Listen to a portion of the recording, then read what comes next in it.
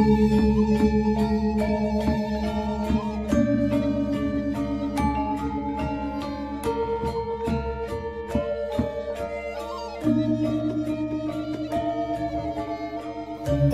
Swastiastu. Assalamualaikum warahmatullahi wabarakatuh. Selamat malam, shalom, salam sejahtera untuk kita semua. Namo Buddhaya, salam kebajikan, rahayu. Lengkap Pak Menteri. Ya.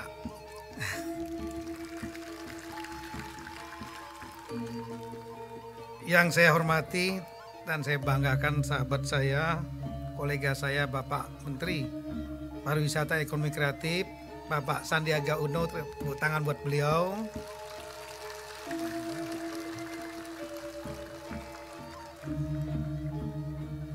Bapak Gubernur Bali, Pak Wenkoster, beliau ini salah satu gubernur yang paling sering ganggu saya, dalam arti ganggu kerjasama begitu.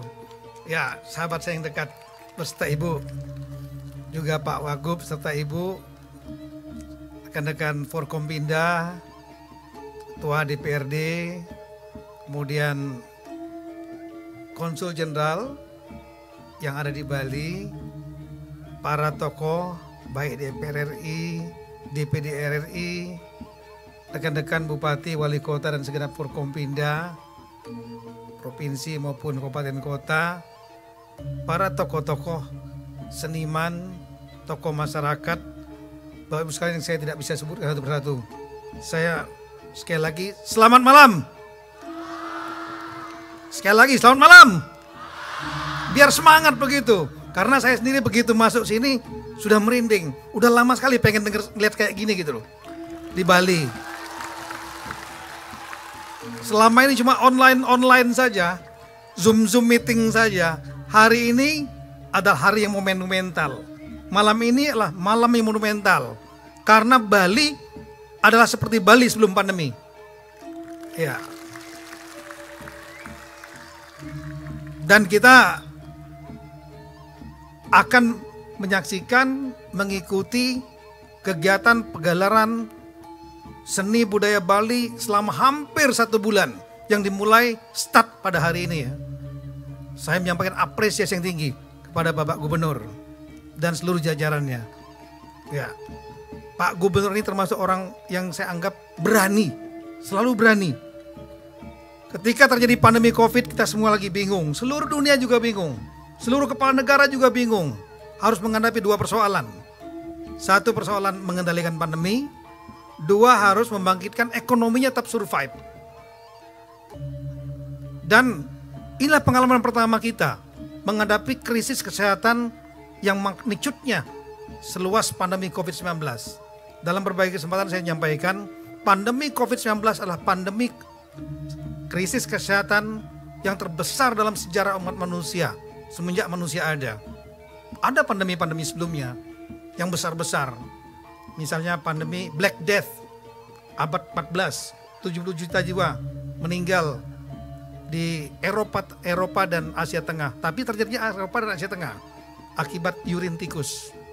Kemudian yang terakhir lebih kurang 100 tahun yang lalu, 1917-1920, Spanish flu yang kita kenal sekarang sebagai flu, influenza, dulu mematikan selama hampir 4 tahun, 70 juta jiwa lebih. Eropa, Amerika, dan lain-lain. Tidak seluruh dunia. Kali ini tidak ada satupun negara yang lolos dari pandemi COVID-19. Dan sehingga semua menghadapi persoalan yang sama.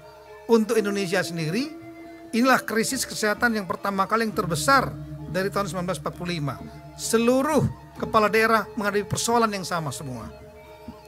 Tapi kita bersyukur kita sudah bisa melaluinya. Mudah-mudahan semua makin bisa terkendali. Amin.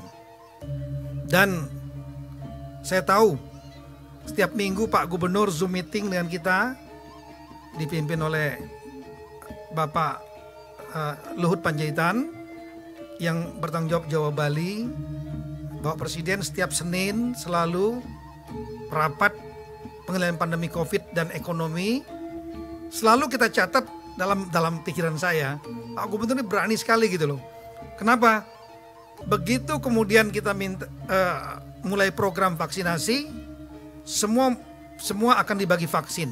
Beliau minta paling banyak. Sanggup kira-kira dihabiskan nggak? Pertanyaannya itu. Kalau minta banyak, ya. Tapi mampu nggak untuk kira-kira mengeksekusinya, menyuntik warganya, mengajak warganya untuk mau disuntik? Gak gampang. Tapi beliau berani ngomong, berani berbuat. Ternyata dengan sistem banjarnya, dan kemudian masyarakat Bali itu memang masyarakat yang taat akan hukum, mengerti apa yang harus dikerjakan, ya. Kegotong royongannya luar biasa. Dengan membuat kalau di negara-negara lain, di Amerika, di Eropa, dia membuat vaksinasi center, pusat vaksinasi di lapangan lain-lain. Ini tidak. Di Bali bukan itu nomor satu. Di Bali adalah basisnya Banjar. Di setiap Banjar punya aula hall. Di situ kemudian dikirim vaksinnya, dikirim tenaga kesehatannya, dan masyarakat itu dipimpin oleh kepala Banjarnya yang cuma 400-500 orang, diajak ke sana. Maka kecepatan vaksinasi di Bali, kecepatannya tertinggi di Indonesia. Bahkan tidak berlebihan kalau saya sampaikan, mungkin salah satu yang kecepatannya tertinggi di dunia. Betul. Untuk penduduk sebanyak Bali 45 juta orang, dengan cepat hampir mencapai 90% dalam waktu yang singkat. Itu luar biasa. Sehingga saat itu saya sebagai Menteri Dalam Negeri, saya minta seluruh daerah, dalam briefing dan seluruh kepala daerah, saya sampaikan tiru Provinsi Bali karena berbasis Banjar. Kalau vaksinasi center, ada orang-orang datang kadang-kadang nggak ngerti. Basis Banjar, jadi kearifan lokal. Masyarakat diajak oleh kepala Banjarnya masing-masing. Ada beberapa daerah yang meniru. Saya tahu, saya nggak mau sebutkan. Dan kecepatan mereka meningkat. Oleh karena itu, salah satu yang saya angkat, Pak Gubernur saya anggap berani di sana. Berani minta vaksin, berani menyelesaikan. Yang lain beliau juga, ya bahkan tadi beliau sampaikan, Bali itu kecepatannya tercepat, boosternya pun tercepat lagi. Yang ketiga, satu-satunya daerah yang bisa di atas 70% baru Bali saat ini. Ya. Sehingga situasi COVID melandai. Dan kemudian ada lagi, beliau begitu rapat-rapat, sudahlah Pak, itu karantina yang 14 hari itu bikin 7 hari. Tapi resiko nanti gimana kalau meledak? Saya tanggung jawab, kata beliau gitu. 7 hari Pak. Jadikan Bali sebagai model untuk bagian Indonesia lainnya. Dari 14 hari, terapkan dulu 7 hari di Bali. Kita terapkan di Bali. Bali adalah daerah pertama kali menerapkan karantina 7 hari. Dan beliau mempersiapkan itu semua. Semua dengan kalkulasi. Saya tahu, bukan hanya berani. Kalkulasi, dihitung. Dan di-manage dengan baik. Dan begitu Bali kemudian di karantina 7 hari, ternyata aman-aman landai-landai, daerah lain baru diikutkan semua. Nah, begitu terjadi kemudian tidak ada karantina lagi, beliau lagi punya ide. Bali siap Pak untuk tidak melakukan karantina. Yakin aman? Yakin. Kami melakukan survei antibody. Oke. Kemudian diterapkan Bali pertama kali tanpa karantina. Yang lain tetap karantina 7 hari. Begitu kemudian kita lihat Bali 2-3 minggu, sebulan, landai-landai. Wah, ini sukses. Baru yang daerah lain kita copy, niru Bali lagi gitu. Ya. Terlalu panjang nanti kalau saya sampaikan, tapi yang terakhir ini aja. Ini belum banyak daerah yang berani menyelenggarakan kegiatan kolosal. Kolosal. Ya, Lebaran kemarin adalah contoh ya. Itu keberanian pemerintah pusat, saya lihat tuh. Keberanian Bapak Jokowi ngambil langkah karena data. Ya, dan terkendali. Tapi di Bali, Pak Gubernur begitu saya lihat undangan kolosal ini, pawai, acara malam ini, tahu kita ada yang pakai masker dan tidak, tapi beliau sudah hitung boosternya udah 70%, sehingga beliau berani untuk melakukan pesta kesenian Bali yang ke-44 ini tidak lagi online, hybrid, tapi langsung in person, physical, ya langsung. Kolosal. Tadi siang tuh nggak main-main tuh kolosalnya. Iya, panjang sekali. Tapi saya memberikan apresiasi pada Bapak Gubernur. Apalagi tema yang diangkat, tadi saya tanya temanya siapa yang nentukan tuh Pak, mengenai Danau Kerti ini, pemulihan terhadap air, karena pas sekali memang. Karena pas tadi mau hujan saya pikir itu. Iya, saya pikir ini kalau pas ini selesai acara pawai, pas hujan memang betul ini Danau Kerti ini. Tapi rupanya itu keberanian lagi. Kehebatannya Pak Gubernur, gimana kalau hujan, kan bubar itu acara. Tapi rupanya nggak tahu. Ini apa? Saya bilang Pak Gubernur, kayaknya pilkada tuh kecil buat Pak Gubernur. Kenapa? Hujan aja bisa diatur gitu, nggak turun-turun. Malam ini juga kita lihat di bulan kan. Tadi beliau bilang, Pak bulan aman tuh, ada bulan. Saya bilang tadi nggak ada bintangnya. Artinya hanya di sekitar bulan itu aja yang nggak tertutup awan. Tempat yang lain mungkin tutup awan. Ya mudah-mudahan kita nggak hujan. Kalau hujan kita anggap bahwa itu memang Tuhan meminta kita untuk memuliakan air gitu. Jadi kita harus bertahan. Teman-teman sekalian, saya hadir di sini mewakili Bapak Presiden, Wakil Presiden. Sedianya beliau berdua, salah satu yang akan hadir. Tapi ada tugas-tugas negara yang harus dikerjakan oleh beliau-beliau, sehingga beliau menugaskan kami, Menteri Dalam Negeri, untuk hadir, dan juga Bapak Menteri Pariwisata Ekonomi Kreatif untuk hadir di tempat ini.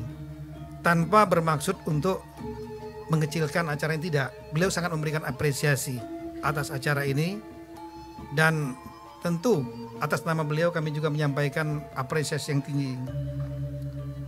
Kita rindu suasana seperti ini di Bali, rindu untuk melihat keindahan seni di Bali, karena memang kalau menurut saya Bali itu hebat karena seni budayanya. Ya. Tadi saya diskusi banyak dengan Bapak Gubernur, dengan juga dengan Bapak Menteri Pariwisata Ekonomi Kreatif. Pak Menpar Ekonomi Kreatif pasti lebih tahu daripada saya. Beliau jalannya lebih banyak. Kalau kita bicara gunung, banyak daerah lain yang punya gunung yang indah-indah. Kalau bicara pantai, banyak daerah lain, negara lain punya pantai yang indah-indah. Kalau kita bicara mengenai misalnya fasilitas, misalnya hotel bintang 4, bintang 5, banyak negara lain yang punya bintang 6, bintang 7 di daerah-daerah wisata yang lain. Tapi yang mereka tidak punyai adalah budaya seni, yang budaya seni itu bukan untuk turisme, tapi memang merupakan bagian dari kehidupan masyarakat Bali. Itu kelebihannya.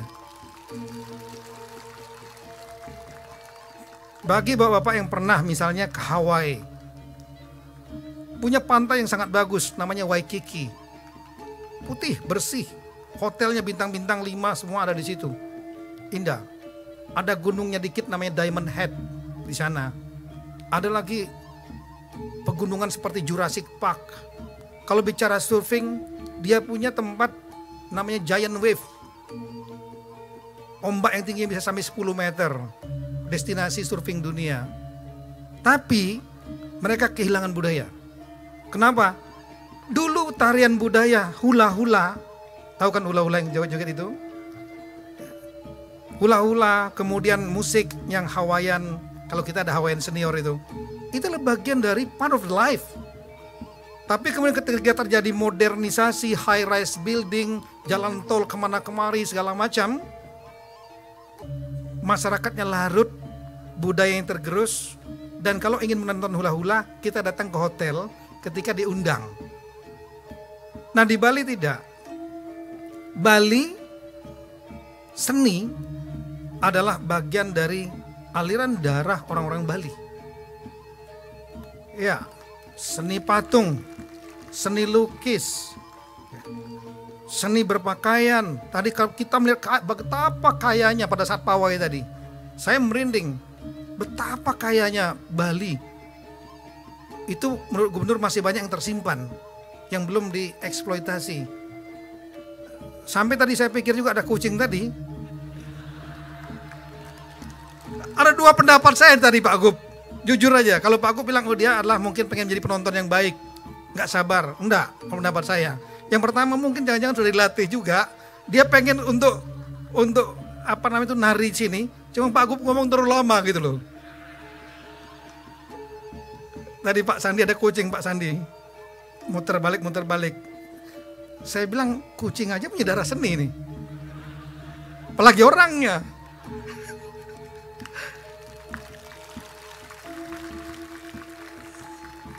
Nah, tadi saya sudah sampaikan juga tema juga bagus. Temanya kali ini mengenai air. Tadi saya sudah sampaikan siang tadi. Air sebagai sumber kehidupan. Yes, betul. Karena dari dalam tubuh kita sendiri, kita nggak akan bisa hidup tanpa air.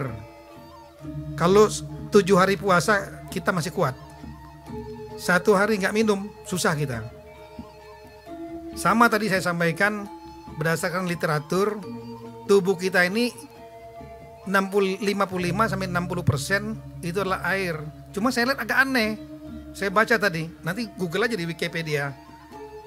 Itu wanita 55% tubuhnya terdiri dari air, laki-laki 60%. Kok beda ya dalam hati saya? Di bawah saya baca lagi, karena wanita lebih banyak lemaknya daripada laki-laki. Itu kata Wikipedia, bukan kata saya itu. Ya. Jadi kalau nggak ada air, ya kita tewas, wafat. Air menjadi sumber untuk tumbuhan, hewan, dan lain-lain. Sekira banyak sekali. Tapi saya tadi sudah sampaikan satu hal penting.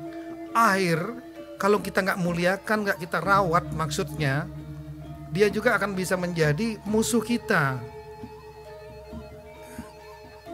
Air yang kotor, selokan, pusat nyamuk, demam berdarah, dan lain-lain. Bakteri, virus. Air kalau nggak dikelola lingkungan banjir bandang, menghancurkan dia. Kemudian belum lagi terlihat peristiwa-peristiwa tsunami, bukan lagi skalanya 10, 20, ratusan ribu orang meninggal karena air. Oleh karena itu pemulihan terhadap air, perawatan terhadap air itu adalah benar. Maka tema yang diangkat kali ini mengenai air dengan maksud semua yang terkait dalam pesta kesenian ini berpikir bagaimana agar semua karya seninya terkait dengan air. Itu bagus. Cuma tadi saya mikir Pak, kalau nanti ada hujan, terakhir kalau nggak ada apa nama itu, tadi hujan turun, berarti benar air. Karena apa? Kalau ada tadi yang pawai-pawai nggak ada ngangkat tema air, dia kena air semua. Jadi sudah betul temanya, kalau ada hujan tadi, betul temanya adalah air gitu loh. Nah kemudian Bapak Ibu sekalian, saya kira kita sudah tahu bahwa Bali, saya membuat terminologi yang lain, Bali adalah Indonesia dan Indonesia adalah Bali. Maksudnya Bali adalah bagian Indonesia. Tapi ketika kita bicara pariwisata, Indonesia adalah Bali. Indonesia.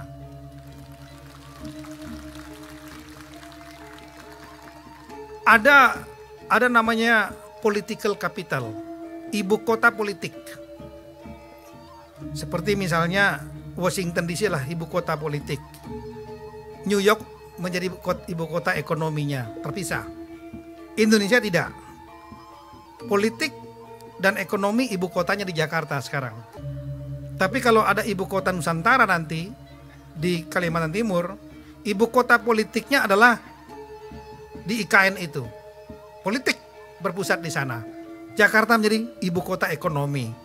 Tapi jangan lupakan, ada satu lagi yang penting, yang lain juga boleh tambah. Bagi saya penting, dan ini fakta, yaitu ibu kota pariwisata, ibu kota tourism capital Indonesia adalah Bali. Silakan datang ke luar negeri, Pak Sandi paham betul. Tanya Bali Indonesia, orang lebih orang taunya Bali. Saya waktu sekolah di sana dulu di Inggris, ditanya, where are you from, Tito? Saya bilang, I'm from Indonesia. Where is Indonesia? Well, it is located in Southeast Asia. Which one? Which part is from Singapore? Between Singapore and Australia. As far as we know, between Singapore and Australia only water. Aduh, saya bilang, we have got 17,000 island. Tanya lagi, how far is it from Bali? Mati lagi saya bilang itu. Berapa jauh dari Bali Indonesia itu? Mati. Itu kenyataan memang betul. Nah, artinya apa? Kalau saya nggak tahu, mungkin Menteri Pariwisata yang hafal datanya. Berapa banyak turis asing yang datang ke Bali sama destinasi wisata Indonesia lainnya. Jakarta, Bogor, Labuan Bajo, Sulawesi Utara, dan lain-lain.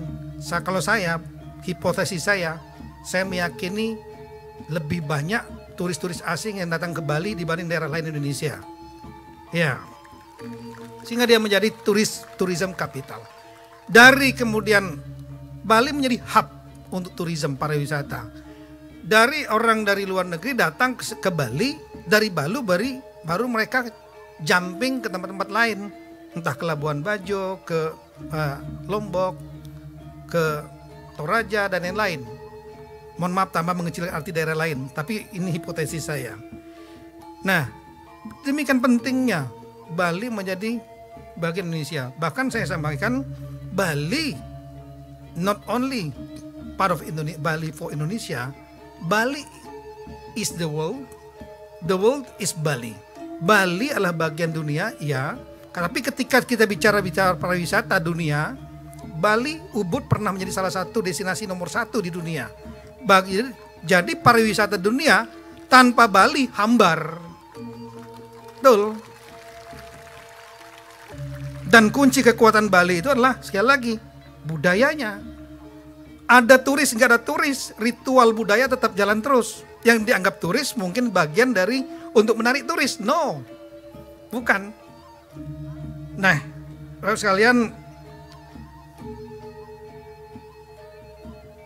kita sebentar lagi ada G20 dan ini lagi. Sebetulnya di Jakarta sudah membicarakan summitnya di mana. Ada opsi di Jakarta. Ada opsi di daerah lain saya nggak mau sebutkan yang bukan Bali. Tapi setelah dicoba lagi, dihitung lagi, kemudian pernah Labuan Bajo juga dijadikan target untuk summitnya. Tapi setelah dihitung lagi, yang paling siap balik ke bandar lagi, Bali lagi summitnya. Betul, karena ada enclave yang namanya Nusa Dua itu betul-betul luar biasa. Itu one route system betul itu, one stop shopping. Ada untuk MICE, saya kira sulit lah. Saya pernah ngadakan, Pak Gubernur masih ingat, mungkin 2016 Interpol Conference 163 negara. Kalau yang datang belasan ribu, yang datang kalau sudah kata-kata Bali acaranya itu. Yang datang itu bukan yang pesertanya aja, semua ngajak keluarganya, istrinya, anaknya, saudaranya, teman-temannya, dia ajak semua ke sini. Kenapa? Mereka mau berlibur juga gitu. Itulah dipikir mereka gitu. Ya. Cuma nanti mungkin satu dipikirkan, satu ide aja nih Pak. Mohon maaf kalau ada waktunya, minta waktu dikit. Kucingnya kan belum datang nih. Kalau ada kucing saya berhenti. Ini hanya sekedar ide aja. Mungkin Pak Menparekraf juga bisa. Saya pada waktu datang Hawaii, ikut acara conference di sana. Namanya Asian Crimes gitu lah, waktu saya polisi kan. Begitu saya datang dengan suit yang bagus, jas rapi, kemudian pakai dasi, masuk ke ruang conference. Begitu duduk, saya lihat kiri kanan. Kok yang pakai jas saya sendiri, yang lain pakai sendal, pakai celana pendek, pakai baju Hawaii itu yang bebas itu, yang indah-indah warna-warni itu, bunga-bunga segala macam. Saya tanya, jangan-jangan saya salah masuk ruangan ini. ini acara Asian Crime Conference. Ya betul, Bapak polisi.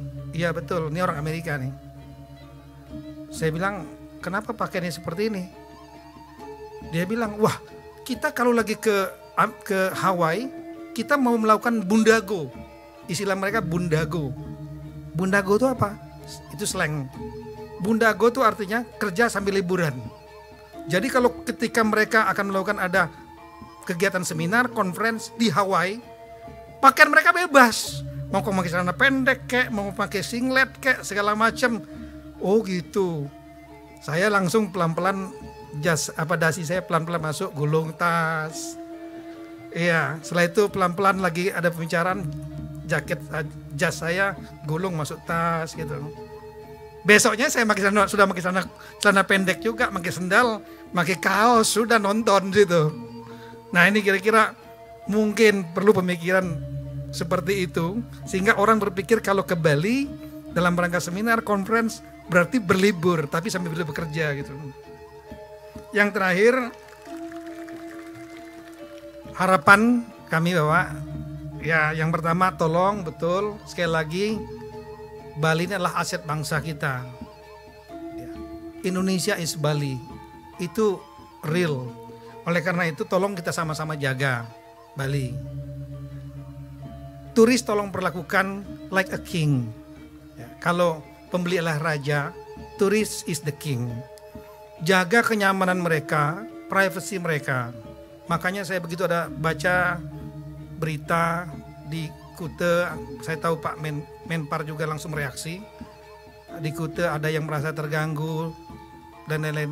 Saya segera telepon Pak Gubernur Bali, Pak Gub, nanti kita kehilangan market yang begini-begini nih. Kecil tapi itu viral akan jadi masalah. Kemudian juga rekan-rekan ASN, aparatur sipil negara, TNI, Polri, tolong mindsetnya sama semua. Kalau udah berpikir tentang Bali, tourism, ya, turis is the king. Tapi mereka harus comply kepada rule of law kita, apapun juga. Jangan dia seenaknya, harus. Tapi kita sopan, jangan diganggu. Karena orang berlibur itu privacy dan kenyamanan. Kemudian yang kedua adalah persamaan servis. Jangan sampai ada persamaan servis antara, mohon maaf, karena perbedaan ras dan lain-lain. Sehingga warga yang domestik menjadi second class.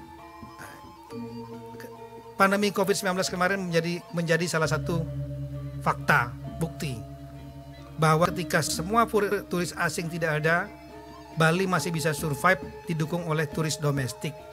Oleh karena itu, berikan perlakuan yang sama antara siapapun turis tanpa melihat ras ataupun apapun juga latar belakangnya. Kemudian yang ketiga, pandemi kemarin juga menjadi pelajaran bagi kita. Bali sangat tergantung kepada revenue pariwisata. Ketika pariwisata tertekan, dampaknya luar biasa. Tadi minus 9%. Ketika daerah-daerah lain tidak ada yang mencapai minus 9%. Bali terpukul sekali. Kita semua tahu. Oleh karena itu perlu semua stakeholder di Bali berpikir untuk mencari alternatif revenue yang lain. Ini kasus Sri Lanka ini menjadi contoh.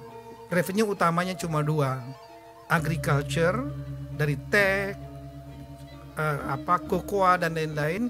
Yang kedua adalah tourism. Sumber devisanya lah itu.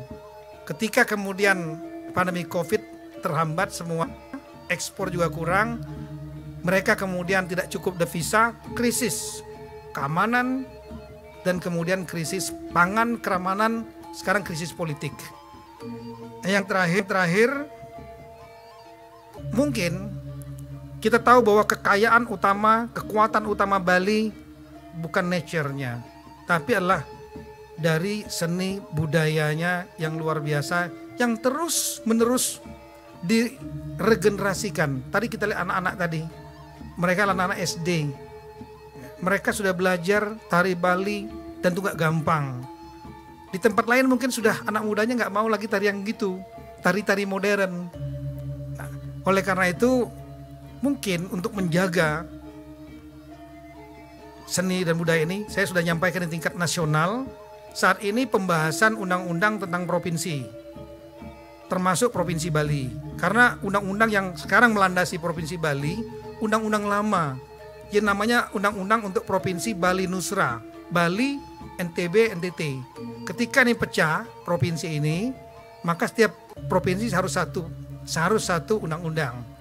Sekarang dibahas, Bapak Presiden menunjuk saya selaku Mendagri menjadi perwakilan pemerintah. Satu pasal kita perjuangkan betul, yaitu pasal untuk mengakui karakteristik local wisdom, kebijakan lokal Bali, yaitu budaya, tradisi, dan seni. Ya, sehingga secara nasional, apapun kebijakan nasional, semua terproteksi Bali, budaya, seni, dan tradisinya. Tidak tergerus modernisasi seperti di Hawaii, tidak tergerus oleh kebijakan pemerintah pusat yang mungkin tidak friendly kepada tradisi, budaya, seni masyarakat setempat. Namun nggak ada salahnya Pak Gubernur, rekan-rekan Bupati untuk menjaga buat platform dasar hukum, mungkin peraturan daerah, peraturan gubernur, peraturan bupati wali kota, di mana budaya seni masuk di dalam peraturan itu yang harus dilestarikan, sehingga akan dalam pembuatan APBD, program dan anggaran semua diprogramkan dan kemudian dianggarkan, sehingga para penggiat budaya, seni dan lain-lain mereka terlindungi dan seni budaya Bali akan terus berlanjut.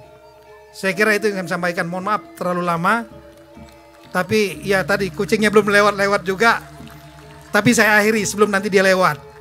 Sekian, terima kasih. Matur suksma, semoga Sang Hyang Widiwasa memberikan yang terbaik kepada kita semua. Om Santi Santi Santi Om.